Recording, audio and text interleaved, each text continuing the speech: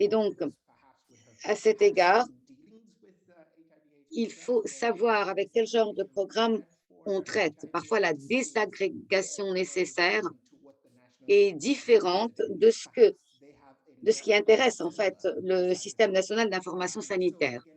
Donc, cela ne coïncide pas et il faut toujours en tenir compte.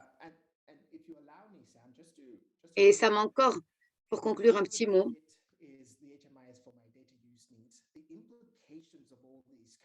À cet égard, il faut tenir compte de l'implication, au bout du compte, de la décision. Lorsqu'on parle de données, du système de données, par exemple,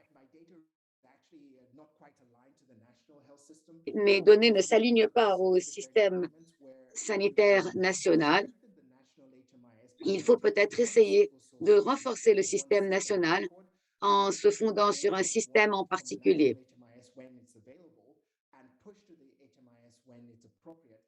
Parce qu'il faut savoir que parfois, il faut se concentrer sur le système national d'information sanitaire et parfois sur un système d'information sanitaire séparé. Et là, il faut toujours tenir compte des parties prenantes et de leur rôle. Il faut toujours parler à toutes les parties concernées, à toutes les parties prenantes, afin d'évaluer les besoins en matière de données.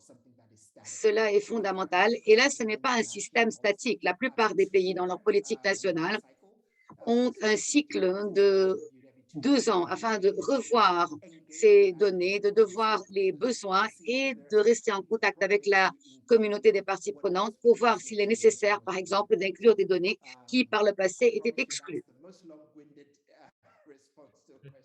Donc voilà, pour répondre à votre question. Yeah. And I thought your last 2 points were really important. You Le know, it is dernier point est très important, en fait, the je HMIS crois. On community, parle but de realistically, look at s'adapter other aux stakeholders besoins around, and et it's il faut critical tenir compte également to be de l'opinion des sophisticated parties prenantes. Il and faut être actually réaliste adapt what you're doing, quant à vos particularly if besoins. you're À doing it quel and point est-ce qu'on peut s'adapter aligned with what et other nations are s'aligner, doing surtout for avec that ce que font reason? les I autres? think that's a really Et cela, powerful à mon sens, est contribution. fondamental. So what would you say are the Donc, foundational building blocks for, quels you know, sont the HMIS? les You know, pierres what angulaires really needs de to be base there? pour un SNIS? De quoi avons-nous besoin? Vous en avez parlé, Sam, mais en me fondant sur mon expérience sur le plan national, en Afrique en particulier. Lorsque nous avons commencé, il n'y avait pas de cadre politique ou législatif pour les SNIS. Tout le monde croit qu'il s'agit de technologie, de quel logiciel, de quel équipement, etc. Mais si l'on n'a pas de cadre politique et législatif, c'est un vrai problème parce qu'il faut avoir une structure de responsabilisation, savoir qui fait quoi, quand et comment. Sinon, le système est compromis. Donc, avec mon expérience, il faut avoir un cadre politique et législatif ou légal approprié. Cela est fondamental et une fondation absolument nécessaire pour un SNIS dans tous les pays. Et puis, une stratégie sanitaire nationale est également fondamentale. Et une stratégie également sur le plan de la santé numérique. Et bien sûr, enfin, les ressources. On a besoin de ressources. Nous avons besoin de ressources humaines. Vous avez parlé, Sam, également des travailleurs à tous les niveaux, y compris communautaires, de ceux qui sont en charge, de ceux qui sont les gardiens, comme on dit, des données à plusieurs niveaux, à différents niveaux du système sanitaire. Il faut les identifier, il faut les former et les soutenir à travers leur travail. Et nous avons besoin, bien sûr, des outils nécessaires. Je ne sais pas si vous avez une expérience similaire. Parfois, on va dans un centre sanitaire, il n'y a pas de registre, il n'y a pas de document et chaque personne enregistre des informations sur son propre carnet. Donc, si vous n'avez pas ces outils, imaginez un peu le niveau de données que vous avez et quelle collecte de données vous pouvez avoir. Donc, nous avons besoin de ces outils, bien sûr, et dans certains pays, grands pays, il peut être très coûteux d'imprimer ce genre d'informations. Donc, il faut être sûr que nous avons les bons outils et au moment adéquat. Des crayons, un bureau et bien sûr, un ordinateur, portable, un ordinateur, quoi. Et puis encore une pierre angulaire, la qualité des données, les protocoles nécessaires à cet égard. Parce qu'à certains moments, il n'y avait pas de données et donc les données étaient très rares, c'était ça le problème, en fait. Et puis, nous avons commencé à avoir beaucoup de données. Parfois, c'est aussi mauvais que n'avoir pas de données. On ne sait pas à quelles données il faut faire confiance.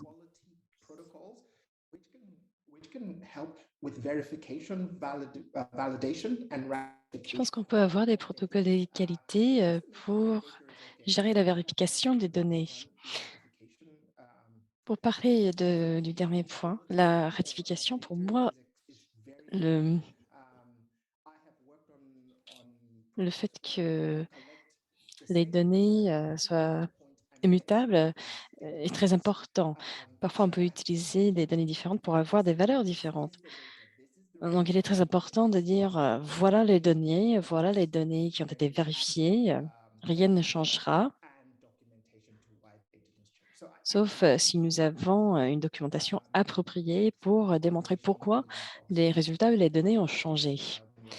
Donc, voilà les éléments de base qu'il faut avoir avant de mettre en place le SNIS. Oui, je pense que c'est très important. Tout le monde travaille avec une situation différente, mais il faut que tout le monde accepte la même version de la réalité avant de se lancer avec la mise en œuvre d'un système.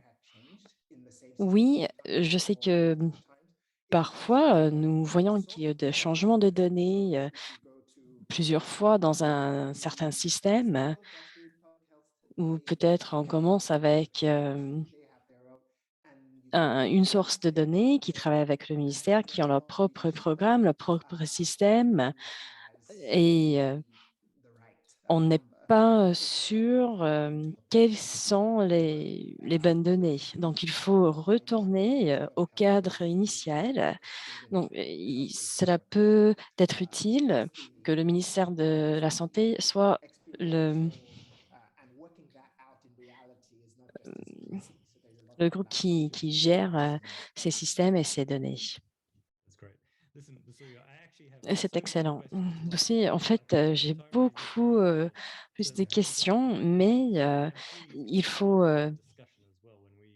continuer avec le prochain intervenant parce que le temps passe vite. Mais je pense que ce serait intéressant de continuer avec la conversation plus tard à la prochaine phase. Et maintenant, je vais demander à Ali Habib de prendre la parole. Si vous êtes là? Oui, bonjour. Si vous pouvez vous présenter et nous donner quelques informations sur vos expériences, votre parcours. Je sais que vous avez beaucoup d'expérience avec les dossiers électroniques. Merci Sam. Bonjour à tous et à toutes. Je m'appelle Ali Habib. Je travaille avec l'équipe de, de recherche et avec la pratique de la santé et de la nutrition. Je travaille avec plusieurs équipes du pays, plusieurs gouvernements, afin d'élaborer et de prendre de bonnes décisions pour les systèmes de santé. Je travaille avec les DME depuis une décennie en Asie du Sud-Est, en Afrique. Central Asia.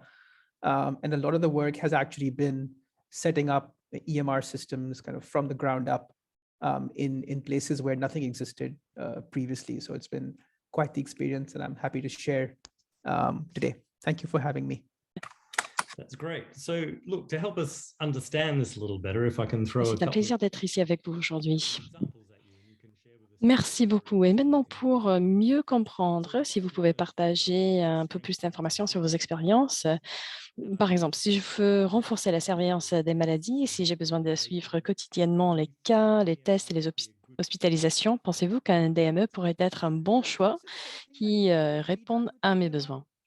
Oui, il s'agit de quelque chose qu'on pourrait faire avec un DME, mais ce n'est pas peut-être le meilleur choix. Comme vous avez dit, Sam, pendant la présentation, vous avez dit que les DME sont importants. Si vous avez quelques données, vous voulez suivre les données au fil du temps pour plusieurs maladies, mais si nous voulons savoir plus d'informations sur la prévalence d'une maladie, par exemple avec la COVID-19, on a voulu comprendre les cas quotidiens, les tests, les hospitalisations, les morts.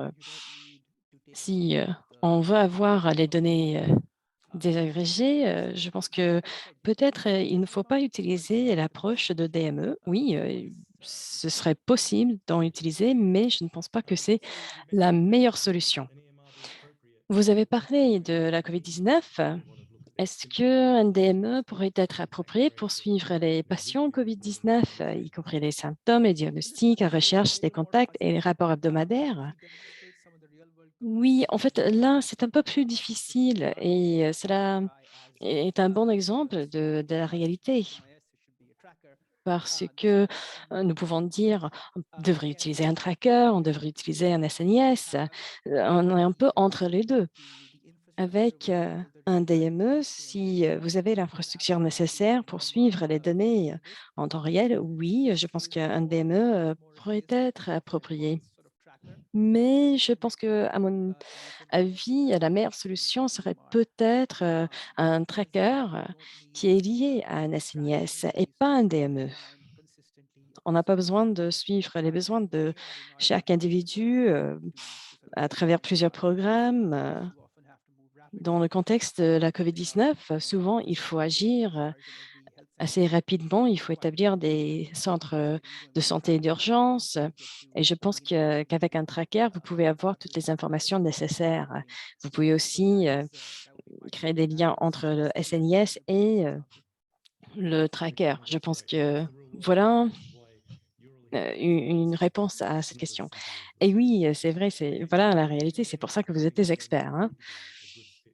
Pensez-vous qu'en général, un DME serait utile ou est-il adapté à mes besoins en termes d'utilisation des données?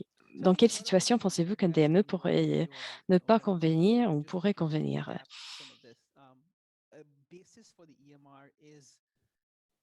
Bon, pour présenter un petit récapitulatif, j'ai quelques exemples. Avec certaines maladies, par exemple, quand il y avait un traitement assez lent, chaque mois, il y a des tests, il y a des traitements. Ce sont le genre de cas où un DME est plus adapté, est mieux adapté. Il faut penser aux informations de chaque patient. C'est la clé. Si on a besoin des détails, des informations détaillées sur chaque patient, quand on a commencé avec un traitement, avec des médicaments, quels étaient les résultats, quelles étaient les réponses, de quoi s'agit-il, que signifie-t-il pour la diagnostic? Si on a besoin de suivre un individu ou un patient, c'est peut-être quelque chose qui pourrait être utile, pour lequel on pourrait utiliser un DME. Si on utilise un tracker ou un SNIS, c'est peut-être une meilleure solution si on n'a pas besoin de suivre chaque patient de façon individuelle. Des situations où un DME pourrait ne pas convenir, quand on veut suivre des, mmh, des groupes ou des données qui sont plutôt agrégées. Par exemple, on ne veut pas suivre un individu, chaque patient, on préfère suivre des foyers, des ménages. Ou si vous regardez les données au niveau d'un hôpital ou au niveau du district, cela peut être mieux d'avoir un différent système. Donc, ce que vous dites est que si vous êtes en train de faire des opérations de suivi et d'évaluation, ce serait peut-être mieux d'utiliser une autre solution. Donc, si j'ai si j'ai trouvé qu'un DME est la meilleure solution, quel type d'expertise dois-je engager avant de commencer à concevoir un projet DME? Je pense que souvent, quand on pense à l'élaboration d'un DME, il faut penser aux solutions. Il faut identifier des personnes qui peuvent vous aider avec les flux des données. Par exemple, si une personne passe d'un établissement à un autre, quelles sont les données qui doivent suivre, qui doivent être collectées à chaque visite. Il faut identifier des personnes qui peuvent définir quelles sont les données nécessaires avant de créer le système. Il faut comprendre ce qui se passe sur le terrain dans chaque établissement. C'est une expertise assez spécifique. Ce n'est pas quelque chose qu'un programmeur peut faire. Par exemple, les autres expertises dont vous avez besoin et sont quelles sont les données nécessaires, quelles sont les statistiques nécessaires. Si vous regardez au niveau des institutions, il faut savoir s'il faut une évaluation des données qui va au-delà des patients. Il faut une certaine formation, il faut une formation pour les personnels qui utiliseront ce système, parce que ce sont les travailleurs qui vont utiliser ce système tous les jours. Il faut que chaque personne ait un ordinateur portable, une tablette, et il faut comprendre le fonctionnement du programme, le fonctionnement du dossier. Il faut penser non seulement à l'infrastructure, mais au-delà. Bien sûr, l'infrastructure est importante avec le réseau, les systèmes d'entretien, parce que si le DME ne fonctionne pas, tout s'arrête. Donc, il faut penser aux données et aussi au logiciel. Très bien. Donc, encore une question. Quels sont les éléments de base qui doivent être en place avant de me lancer dans un projet DME? Quels sont les éléments clés? Je pense qu'un élément essentiel pour un DME, la sécurité et la vie privée. Comment cela fonctionne-t-il dans un projet DME? Il faut y avoir un protocole sur qui aura accès à ces informations. Par exemple, si vous avez plusieurs médecins qui sont en train de regarder un DME, est-ce que chaque médecin peut avoir accès à toutes les informations ou faut-il avoir un mot de passe pour chaque patient? Est-ce que certains médecins peuvent regarder seulement certaines données? Donc, il faut définir les règles pour chaque contexte. Mais il faut aussi penser à la situation en général et aussi à la réglementation en général. Voilà un élément clé. Encore un élément clé, les protocoles sur les données. Il faut savoir qui peut ajouter des données, qui peut modifier les données, on ne peut pas simplement aller modifier les médicaments qui sont notés pour un patient. Il faut identifier quelle personne, quel expert peut modifier les données et quel expert peut entrer les données. Il faut avoir tout établi avant de lancer un projet DME. Et enfin, l'infrastructure. C'est un élément clé pour chaque projet DME. Avez-vous un accès adéquat à l'Internet? Est-ce que chaque individu a l'accès à un appareil, à l'Internet? Et de plus, est-ce que le personnel a l'accès aux données dont vous avez besoin? Il faut bien évaluer les établissements sanitaires et d'analyser les flux de données. Parce que vous pouvez regarder et sur papier, cela fonctionne, mais il faut d'abord avoir l'organisation et le flux des données bien cartographié. Je pense que oui, c'est un point très important. quand vous ne définissez pas bien tous les éléments, après, vous avez les travailleurs qui notent les choses sur le papier, qui n'utilisent pas le dossier. Donc, cela représente un problème. Bon, merci beaucoup et je vais passer la parole à Anne. Mais si vous voulez contribuer à la discussion, n'hésitez pas. Anne, vous voulez prendre la parole? Oui, je suis prête. Si vous pouvez vous présenter, parler de votre parcours, de vos expériences avec les trackers. Bonjour, je m'appelle Anna Torscheng, je travaille à l'université d'Oslo avec le programme sur les systèmes d'information sanitaire. Nous travaillons avec DHIS2 et avec plusieurs groupes partout dans le monde pour mettre en œuvre le DMS2 dans une soixantaine de pays. Je travaille en étroite collaboration avec mes collègues partout dans le monde et je travaille avec le travail d'évaluation, de coordination, de contrat avec les barres de fonds. J'ai un doctorat dans les systèmes d'information sanitaire. Oui, voilà, beaucoup d'expérience. Donc, pour commencer, une question assez générale. Quand un tracker est-il adapté à mes besoins en termes d'utilisation des données? Dans quelle situation pensez-vous qu'un tracker pourrait ne pas convenir? Je pense que vous avez bien résumé les informations que vous avez présentées, les trackers. Un tracker pourrait être utile pour quelqu'un qui aimerait suivre un individu ou une personne au fil du temps. Cela peut être les données sur la contamination avec le malaria ou les personnes qui ont accès aux services pour le VIH-Sida ou même pour la COVID-19. On peut avoir un tracker pour suivre la vaccination.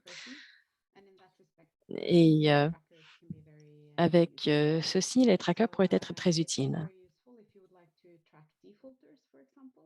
Who is not showing up for their next planned appointments, to send reminders and to help health personnel or other personnel on Pour aider planning. également les personnels de santé à planifier leur travail quotidien. Et à cet égard,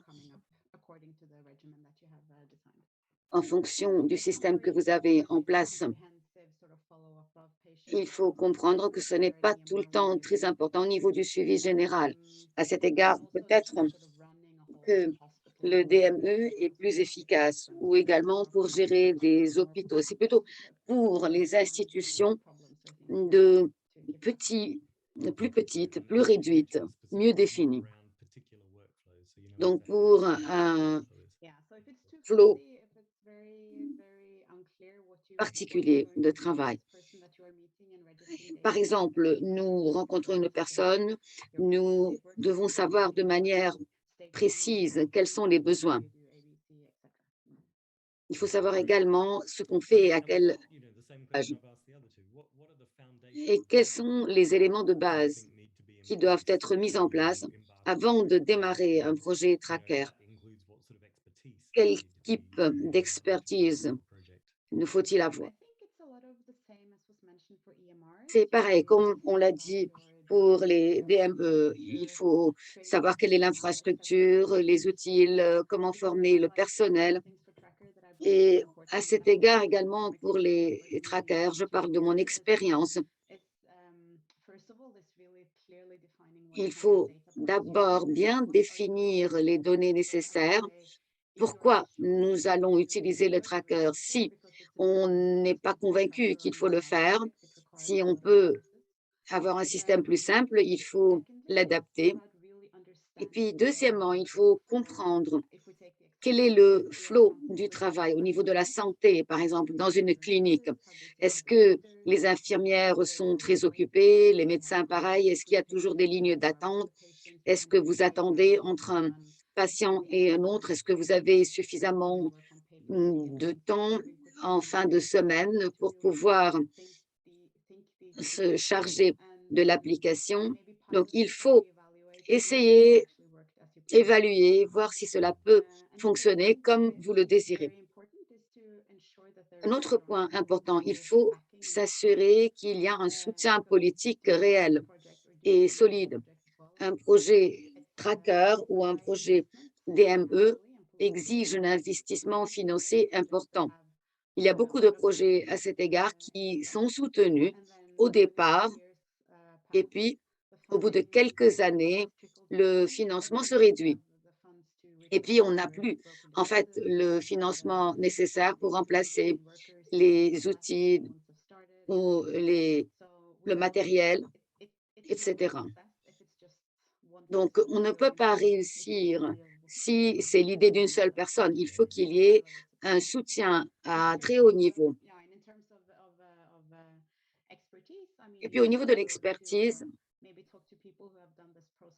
il faut peut-être parler avec ceux qui ont déjà appliqué ce genre de projet, être en contact également avec les responsables sur le plan sécuritaire, sur le plan législatif. Il faut également avoir une structure de soutien sur le plan de l'information et de la technologie. L'exemple que je peux donner, si vous avez 15 districts à cet égard, il faut avoir une personne sur le plan national qui puisse contacter toutes ces institutions. Mais si vous avez 2000 institutions à cet égard, il faut avoir un plan également efficace. Voilà, il faut passer à l'échelle. Donc, pour en revenir à un scénario dont on a déjà parlé, si j'ai un mélange de sites de vaccination, certains avec une couverture Internet et d'autres sans aucune forme de couverture Internet, est-ce qu'il serait adéquat de mettre en place un système tracker pour la vaccination, même si tout le monde ne peut pas faire partie du système? Oui, c'est possible. On peut appliquer le tracker dans certaines parties du pays et pas dans d'autres. Cela dépend des institutions, de leur connectivité, du matériel disponible, du fait qu'ils ont ou qu'ils n'ont pas un personnel bien formé avec le savoir-faire nécessaire. Donc, il faut planifier le projet à cet égard et dire, pour ce site en particulier, nous allons utiliser le tracker. Pour d'autres, il est préférable d'avoir des saisies secondaires de données. Et dans d'autres endroits également, il n'est même pas possible peut-être d'avoir un système de saisie secondaire de données. Donc, il faut voir où on va utiliser le tracker, à quel niveau, comment. Il faut savoir ce qui est possible. Si nous avons, par exemple, des données, si on peut les analyser, si nous avons des statistiques et à quel niveau. Dernière question. Et c'est une question intéressante parce que parfois, les situations d'urgence sont particulières. Donc, mon projet est responsable de la mise en place de cliniques en situation d'urgence. Est-ce qu'un tracker peut répondre aux besoins d'une clinique d'urgence? Là, c'est un peu plus compliqué que les autres scénarios, en fait, qui sont plus clairs. On peut répondre par oui ou non. Au départ, l'objectif n'est pas de gérer un hôpital. Ce n'est pas aussi complexe. Ça ne peut pas couvrir ce genre de complexité. Ça ne répond pas aux besoins de plusieurs personnes qui travaillent sur le même patient et puis entre les départements. Donc, c'est plus adapté pour le traitement des personnes qui viennent uniquement à la clinique pour examen ou suivi. Donc, une petite clinique qui fournit des services de base. Et donc, là, nous ne collectons pas une somme d'informations globale. D'accord, super, merci beaucoup. Et là, je crois que nous allons passer aux questions et réponses. Je vais donner la parole à Pascal pour gérer cette séance. S'il y a des questions, et nous voulons avoir votre opinion. Nous voulons apprendre également de vos expériences sur le terrain, ce que vous pouvez nous apprendre de ce qui se passe dans vos pays à vous. Cela est très important. Donc, quelle est votre contribution autant que vos questions?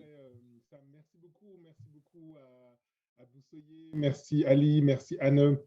Vraiment une discussion et des questions que j'espère qui vous ont aidé à bien appréhender le sujet. Juste avant de plonger dans la discussion, je vais juste vous envoyer dans le chat, donc en bas à droite, n'hésitez pas à utiliser le chat. Je vous ai mis le document qui vous permet de vous inscrire pour recevoir après tous les documents, les enregistrements, etc.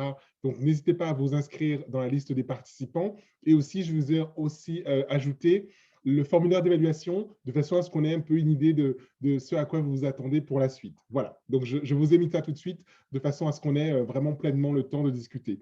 Donc voilà, nous n'avons pas beaucoup de questions dans le chat, mais peut-être que nous avons des questions interactives. Là, on vous propose 3 angles d'attaque pour répondre pour la discussion. Une première, des questions autour des systèmes d'information. Est-ce que vous avez des questions de clarification pour bien comprendre si tout est clair? Peut-être aussi partager votre expérience. Est-ce qu'il y a des choses, des projets qui sont en cours dans votre pays et vous demandez si on va dans la bonne direction ou quels sont les défis que vous rencontrez? Et puis, évidemment, on en discutera après si vous le souhaitez. Est-ce qu'il y a des choses que vous voudriez approfondir pour d'autres webinaires? Donc voilà, peut-être que je peux donner la parole. Vous savez peut-être utiliser les réactions en bas à droite si vous levez la main comme Mounirat le fait. N'hésitez pas. Donc, je vais peut-être donner la parole à Mounirat. Mounirat, est-ce que tu voudrais peut-être poser la question que tu avais déjà préparée pour juste après la vidéo?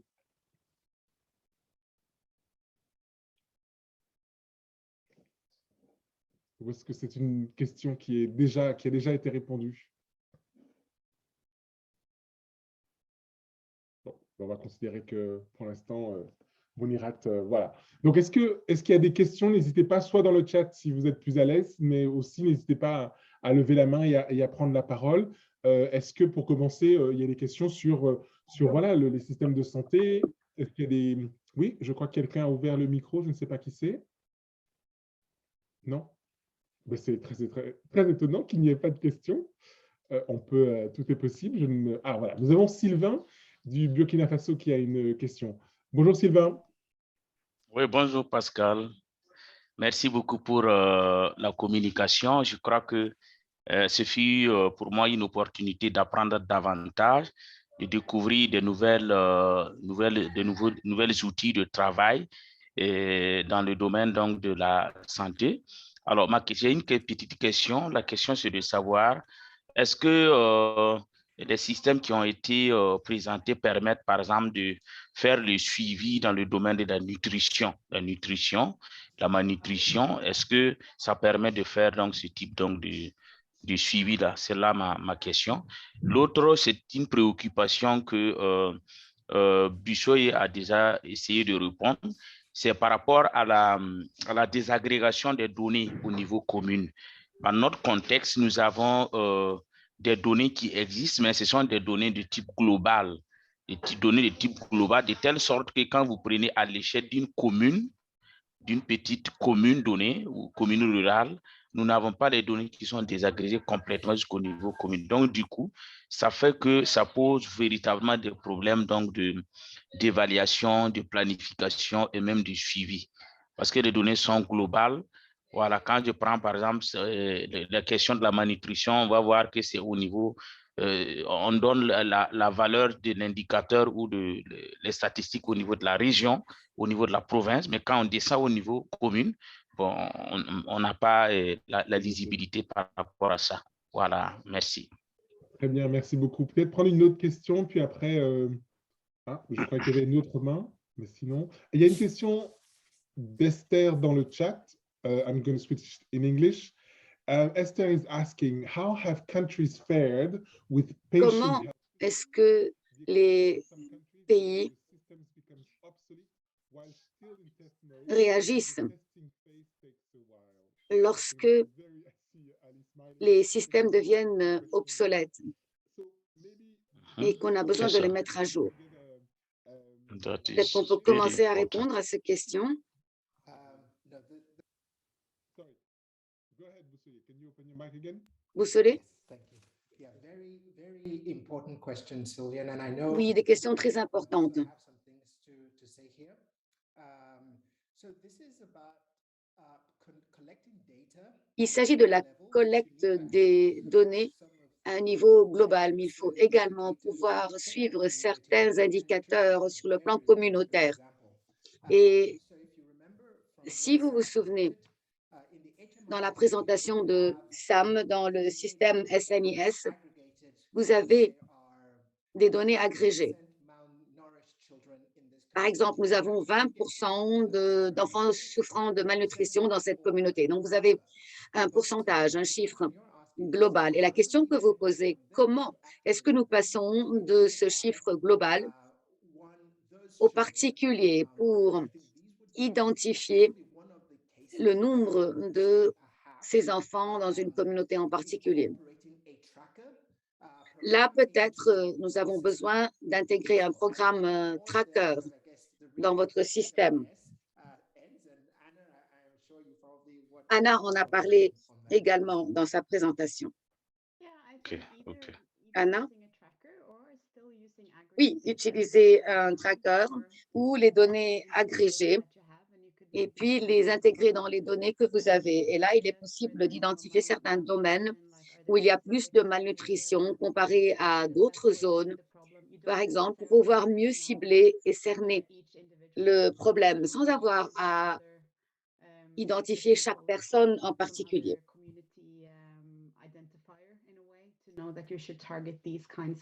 Pour avoir des moyens d'identifier les groupes dans la communauté, les trackers peuvent être adaptés. Mais ce n'est pas toujours la bonne solution. Oui, si on veut utiliser un tracker, imaginez quelle sera la bonne approche ou quels Yeah. sont les bons cas, les bons exemples. Donc, je n'ai pas compris toute la question. Si vous regardez en bas et à droite de votre écran, vous pouvez lancer la fonction interprétation.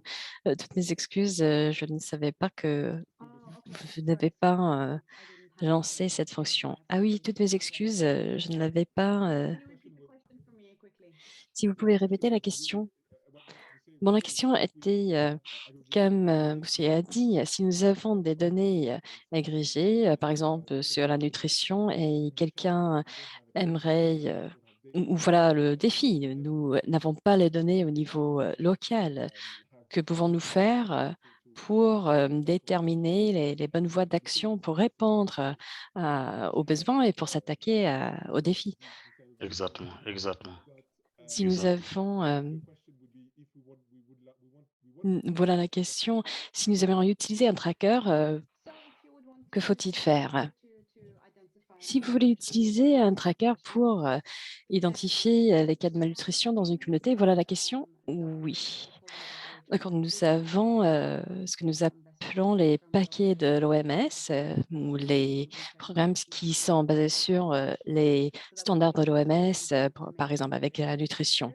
Donc, nous pouvons utiliser ces données, ces standards pour développer un tracker sur la malnutrition. Et avec ceci, nous pouvons suivre les programmes de nutrition, les données sur la nutrition. Nous pouvons aussi intégrer ces standards et ces données dans les SIS. On peut aussi utiliser les trackers pour faire un suivi dans les détails. Il faut aussi faire une bonne analyse des données agrégées, des données désagrégées. Il faut bien creuser pour mieux comprendre les tendances, pour analyser les motifs.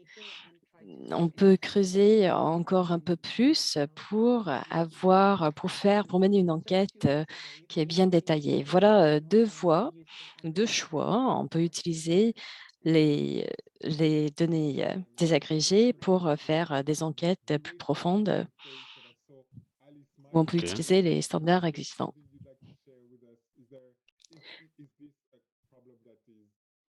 Vous avez peut-être d'autres choses à ajouter Je pense que oui, si on pense au tracker, il faut savoir quelle est la taille du tracker, quelle est la taille du pays.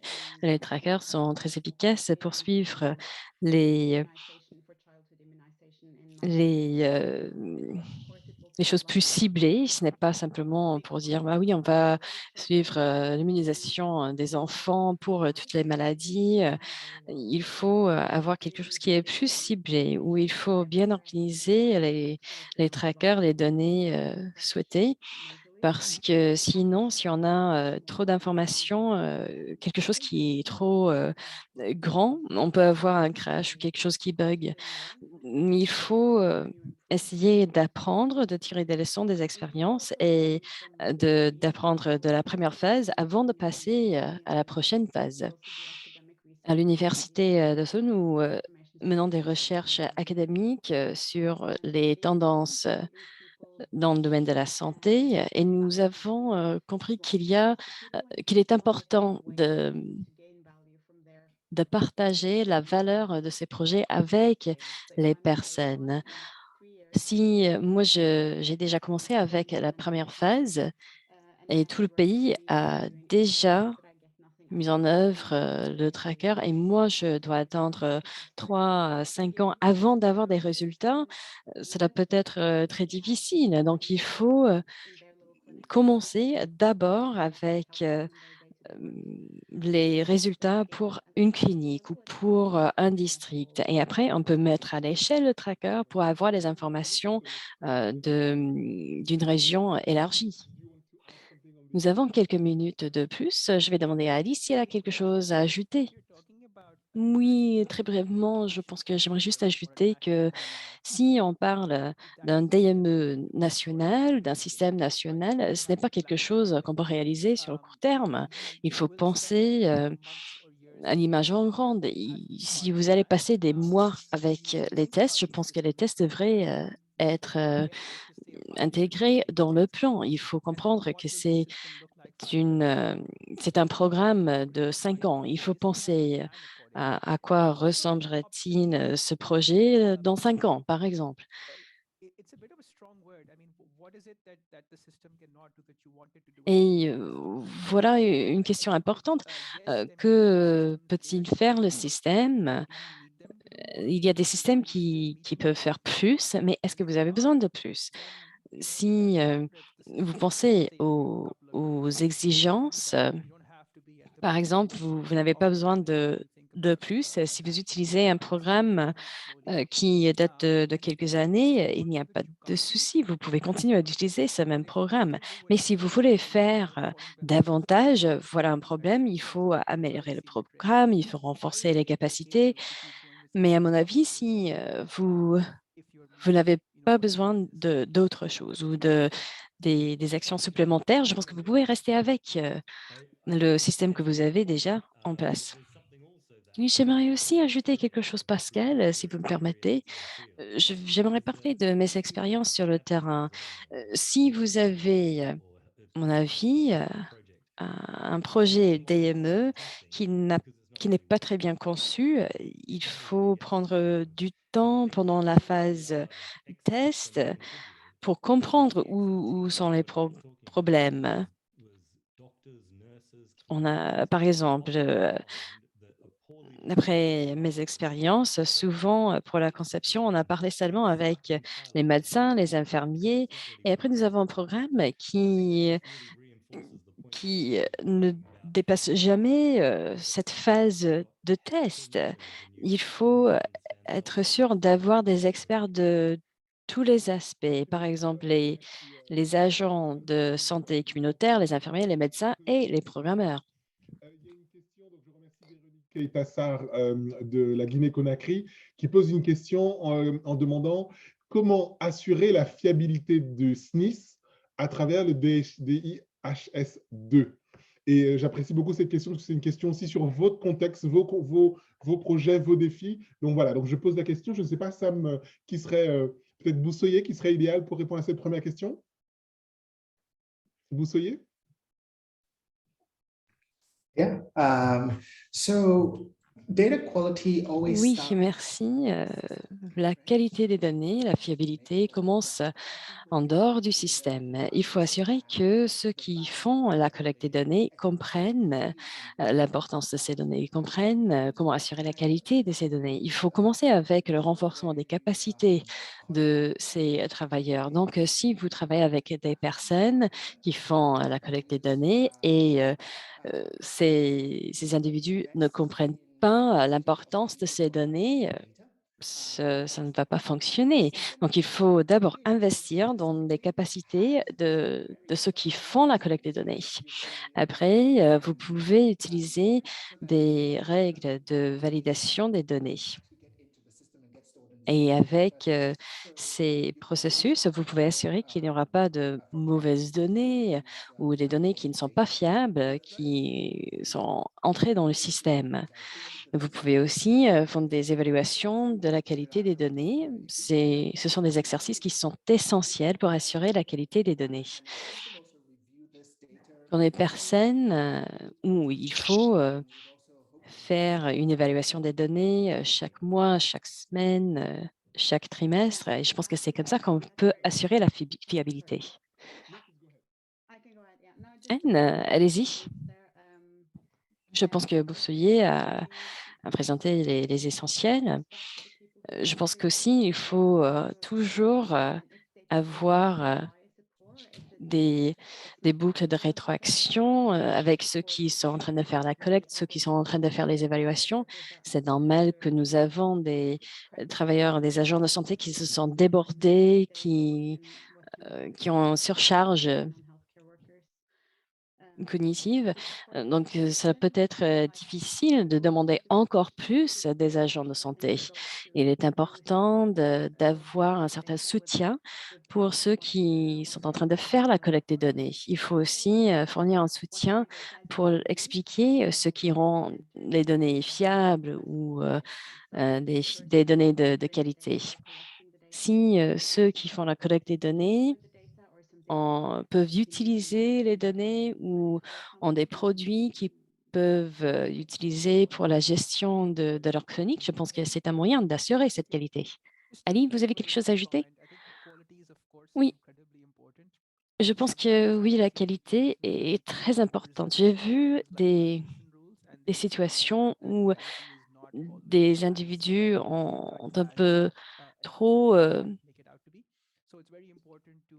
ont été trop dépendants des processus de validation. Il faut comprendre que la réalité, rien n'est parfait.